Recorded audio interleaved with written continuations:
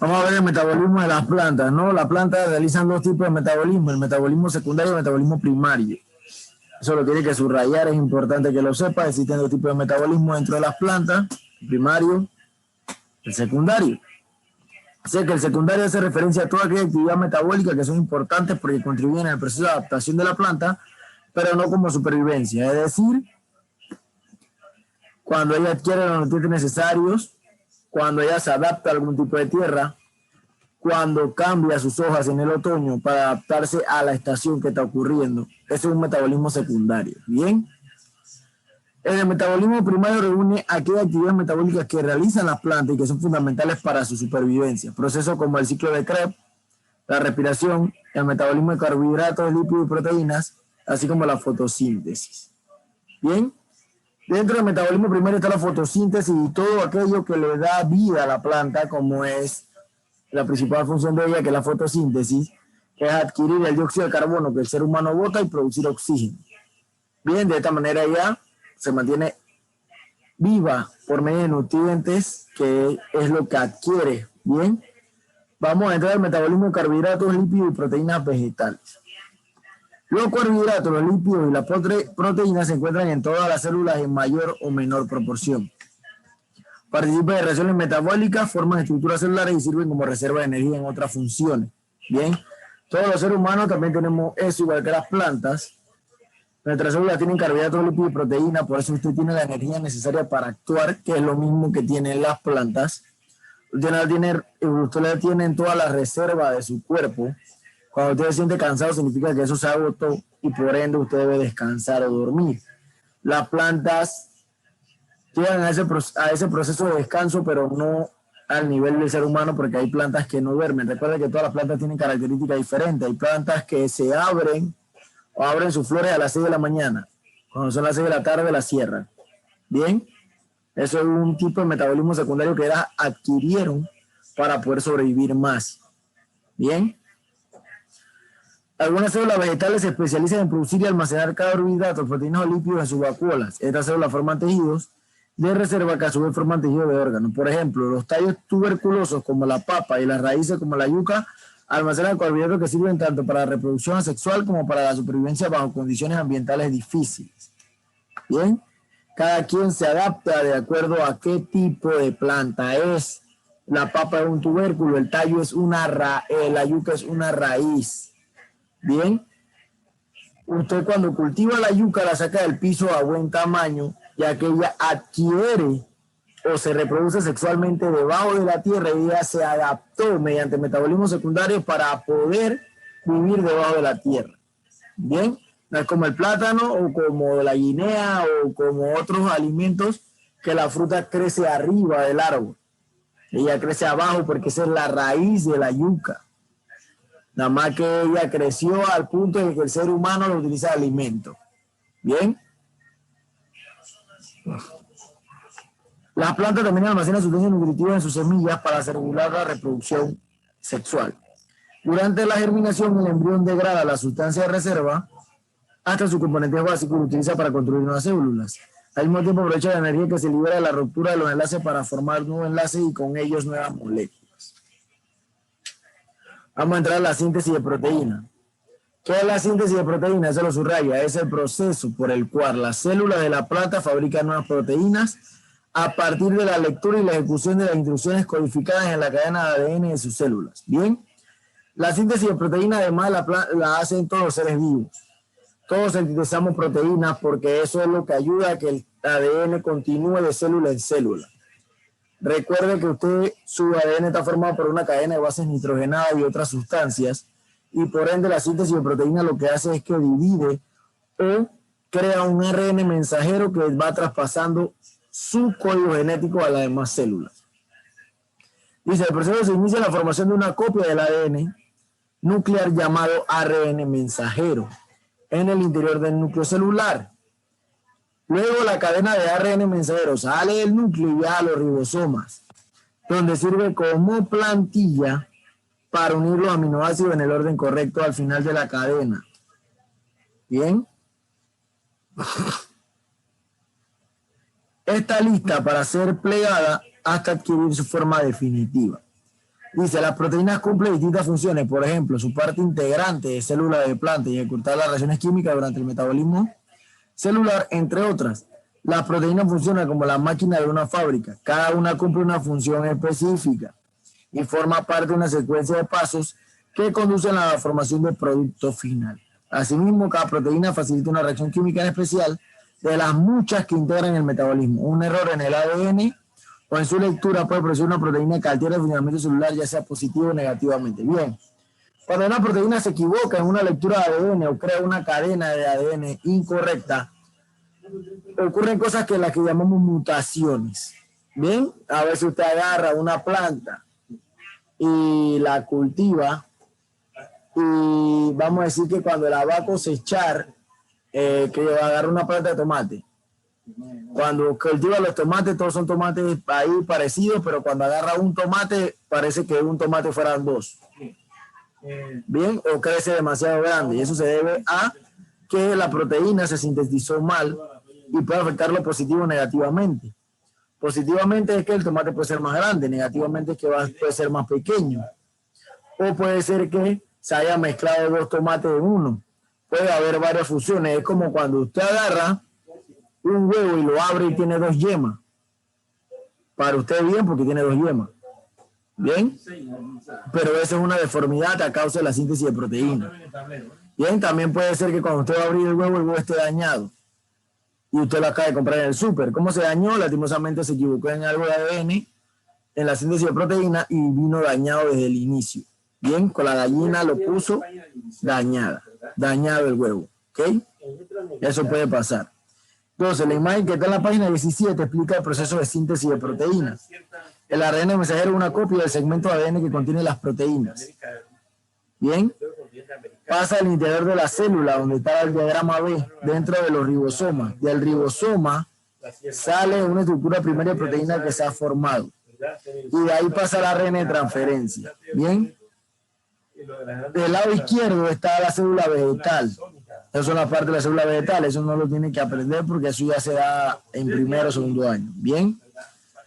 La célula vegetal y el animal tienen una cosa diferente. Recuerda que usted tiene células animales en su cuerpo, no vegetales. Usted no es una planta. Bien. Fotosíntesis. Dice que la fotosíntesis es el proceso mediante el cual las cianobacterias, las algas y las plantas fabrican alimento y oxígeno, utilizando como fuente de energía la luz. Subraye eso. Es importante que lo tenga, que sepa que es la fotosíntesis. Como materia prima, el dióxido de carbono, el agua y las sales minerales, con ayuda de la clorofila, un pigmento que se activa con la energía del sol. Bien, si las plantas no tuvieran el pigmento llamado clorofila, no pudieran ser activados o no pudieran realizar la fotosíntesis. La clorofila es el pigmento más importante en la célula bien, vegetal, porque ella es la que hace que cuando la luz del sol pegue, se active todo el proceso para hacer la fotosíntesis y mantener viva esa planta. Además, recuerde que la clorofila le da el color a las hojas. Por eso las hojas son verdes. Bien. Dice, en las plantas la fotosíntesis ocurre en las hojas y otros tejidos verdes.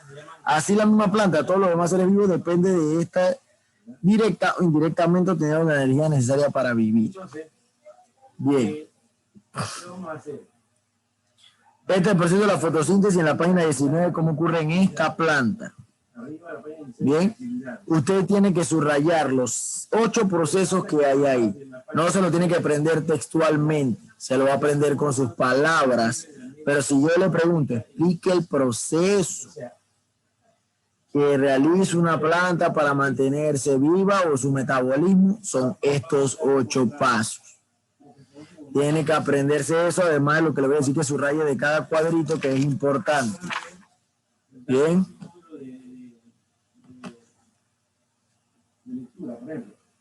El límite. Vemos aquí que la América limita al norte con el océano glacial. 1. Dice, los insumos, aguas y minerales disueltos en ella ingresan por los pelos absorbentes de la raíz por medio de 2 vías, intracelular y extracelular. Bien.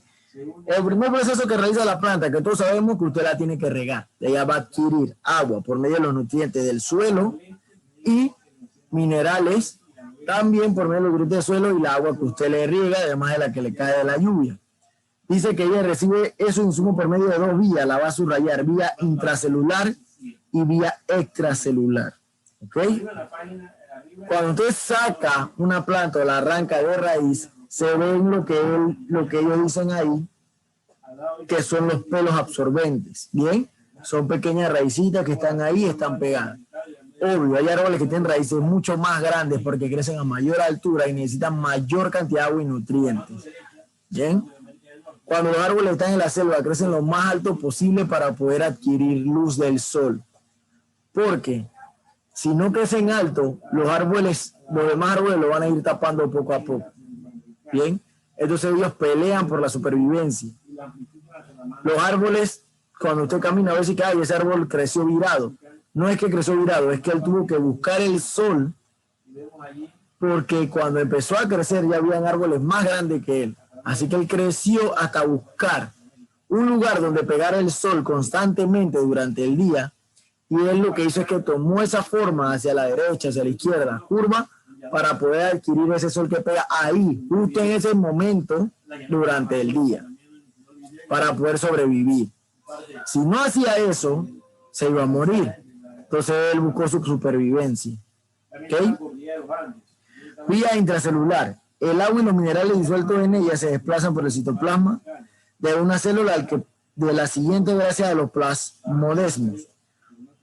Puente citoplasmático que une y comunica a las células vegetales. Vía extracelular. El agua y los minerales pasan por las paredes de la célula y se desplazan entre la pared y la membrana celular de la célula hasta llegar al interior del tejido conductor. Bien, esos son los dos tipos de forma de adquirir agua y minerales para la planta. Paso 2. El agua con minerales, ahora denominado en conjunto savia bruta, llega hasta el xilema que lo transporta hacia los tallos y a las hojas del proceso de ósmosis. Bien. En combinación del agua y los minerales, cuando usted puye un árbol y sale la savia, es eso. La savia bruta es agua con minerales que se procesó mediante la vía intracelular y extracelular, pasó entonces al tallo por medio del xilema y el floema. Bien, eso lo va a subrayar, que la savia bruta es la combinación del agua y los minerales. Bien, obvio, hay savias dentro de los árboles que hacen que los animales quieran vivir ahí porque es una savia dulce. Hay otras savias que son amargas. Eso va a depender del tipo de árbol que sea, ¿no? Y dependiendo de qué minerales hay en ese piso que él adquiere. Todos no adquieren los mismos minerales. Bien, recuerde que hay árboles de diferentes tipos y si un árbol crece en el desierto no va a tener ese piso o ese suelo no va a tener la misma cantidad de minerales que tiene un suelo fértil en una selva tropical. Paso 3. El otro insumo es el dióxido de carbono que ingresa a la planta por medio de la epidermis o parte externa de las hojas a través de pequeños orificios llamados estomas. Esto permite intercambiar el intercambio de la gases de oxígeno y dióxido de carbono con el medio. Recuerde que las plantas respiran dióxido de carbono y botan oxígeno, que es el que usted respira. Por eso le dicen a usted que si las plantas se acaban y desaparecen de la tierra, usted va a morir. Porque la única planta o los únicos seres vivos en la tierra que producen oxígeno son las plantas. Todos los demás seres vivos producimos dióxido de carbono. Entonces, ellas se alimentan del dióxido de carbono que nosotros producimos y lo transforman en oxígeno por medio de la fotosíntesis. Ese dióxido de carbono entra por las hojas, que son las que tienen la clorofila. Por eso es que por eso que las hojas son verdes, porque están llenas de clorofila. Ellas al recibir la luz del sol se activan para absorber el dióxido de carbono y crear la fotosíntesis para transformarlo en oxígeno. El sol es la fuente de energía. Emite radiación que se diferencia por la cantidad de energía que contiene. De la parte que llega a nuestro planeta, una mínima fracción forma el espectro visible que los seres humanos y algunos animales identifican como colores. Esa reacción altera la clorofila, una sustancia de color verde presente en los cloroplastos, que son organelos fotosintetizadoras de la planta. Vemos cómo llegan a la luz. Para ello conozcamos en detalle una hoja de planta. Bien. Hay diferentes tipos de colores de hoja, ¿verdad? Todas tienen clorofila. Todas supuestamente deberían ser verdes. Pero cuando la luz entra, el espectro electromagnético de la luz solar o de lo que usted ve, porque usted percibe algunos colores, usted no percibe todos los colores del espectro electromagnético. ¿Ya? Usted ve algunos colores. ¿Ok? Hay animales que no ven colores, como los perros y los gatos que ven solamente en blanco y negro. Y hay otros animales que sí ven colores. Entonces, usted percibe el color de la hoja que también va a cambiar su color dependiendo del espectro electromagnético. Va a afectar a la clorofila. La clorofila puede ser verde casi siempre, o de repente cambia a amarillo o a naranja, o tiene varios colores las hojas. Y eso es lo que usted ve a causa de que la clorofila cambie de color. Bien. Arriba dice, la fotosíntesis es una actividad metabólica fundamental para los autótrofos, que la realizan y también para los heterótrofos, dependiendo directo o indirectamente de los alimentos del oxígeno producido en ellos. En el siguiente diagrama se trata de la evaluación de glucosa. Bien. 5. Al realizar un corte transversal en una hoja, se diferencia en ella una capa llamada mesófilo y después como un emparedado entre dos capas de epidermis. El mesófilo se encuentra en la célula que tiene un abundante cloroplastomas. Si usted agarra una hoja y la parte o la pica y la ve por el bordecito, se va a dar cuenta que está el mesófilo y arriba y abajo está la epidermis, como se dice ahí, como un emparedado. Bien, eso se debe a que el mesófilo realiza una función, ¿no? Y ella está en medio de las dos plantas y en medio de las dos epidermis. ¿Ok? Bien. 6. Cada cloroplasto está rodeado por una membrana doble. La membrana interna contiene una sustancia que se semilíquida llamada estomas. Eso lo subraya. Dentro de los estomas se encuentra un saco membranoso de color verde apilados con unos sobre los otros. Cada saco se denomina tilacoide y cada pila se denomina grana. Eso lo subraya. Bien. La membrana de los tilacoides contienen el pigmento verde llamado clorofila y pigmentos de otros colores. Como lo dije, la clorofila puede variar de color. El proceso de fotosíntesis se divide en dos fases, lo van a subrayar, clara y oscura. Fotosíntesis tiene dos fases, clara y oscura. Son las dos fases que ella presenta. Fase luminosa, lugar, membrana de los tilacoides. Eso lo tiene que subrayar, cada fase A, B, C y A y B. Perdón. Dice que la clorofila de los tilacoides capta la energía de la luz solar y la envía al estoma. Bien. La enzima de la estroma utiliza la energía fabricada en el ATP y el NADPH, que son las moléculas que suministran la energía de las células. Todos tenemos ATP y NADPH. Cuando usted se le acaba la energía del ATP, que es lo que está dentro de su célula, usted se siente agotado, se siente cansado, necesita recuperarse. Igual las plantas usan la energía del ATP y el NADPH para realizar sus funciones. Bien. Perdón. Las moléculas de agua presentes en el estroma se rompen y liberan oxígeno que puede ser utilizado durante la respiración o liberado en la atmósfera a través de los estomas. Bien, vamos a entrar a la fase oscura, lugar, estroma. El ATP y el NADPH brindan la energía para el proceso de fijación del carbono del CO2 necesario para fabricar la glucosa.